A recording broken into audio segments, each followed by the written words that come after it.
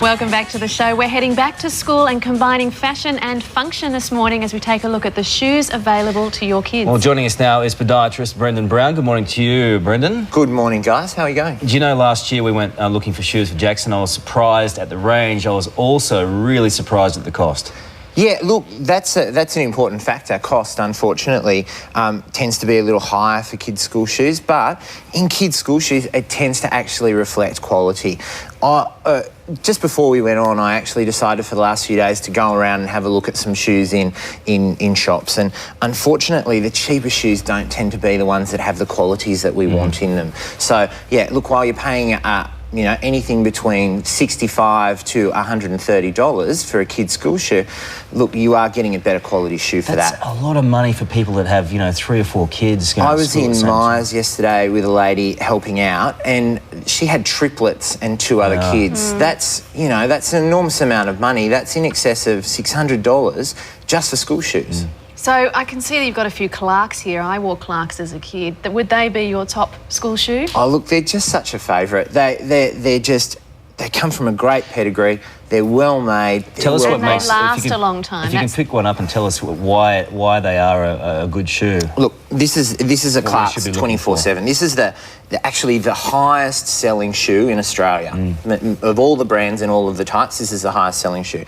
24/7. The reason that it's great is that it's actually nice and broad in the toe box. It actually has 5 width fittings. Now, in any shoe, that's really hard to find these days. It has a really firm heel counter. See, that doesn't bend in. In kids' feet, that's vitally important. That creates support.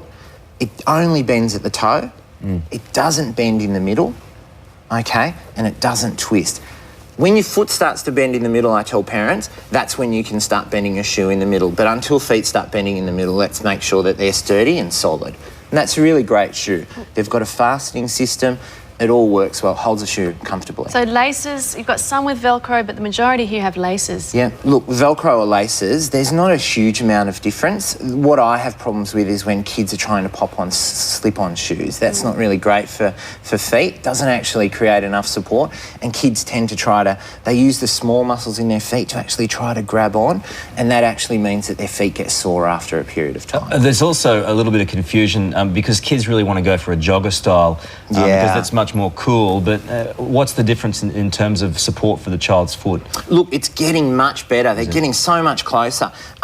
This shoe actually has a really firm heel counter. Once again, it's got all the features that we look for. It's it's getting a bit cooler. It's a New Balance shoe. It's getting a bit cooler in that range. Kids are preferring to wear these styles of shoes, and they really do have the things you require. This one's got mesh panels in it.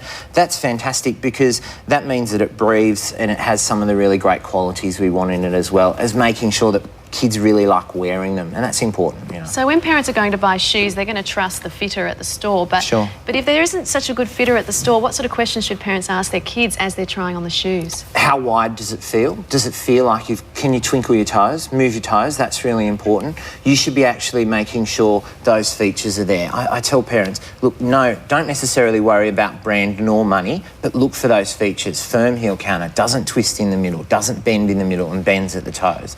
They're the sorts of things you want to look at. You can be an expert shoe fitter if you just know those qualities. Do you know the problem is, and these kids have these shoes fit for about 4 or 5 months sometimes. They're growing so quick, and you're spending $80 or $90 every time you do it, so it's really expensive. What about the old Dunlop K26s?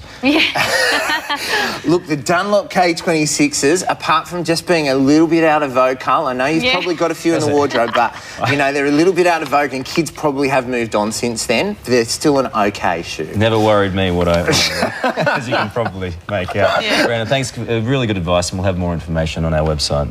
Great.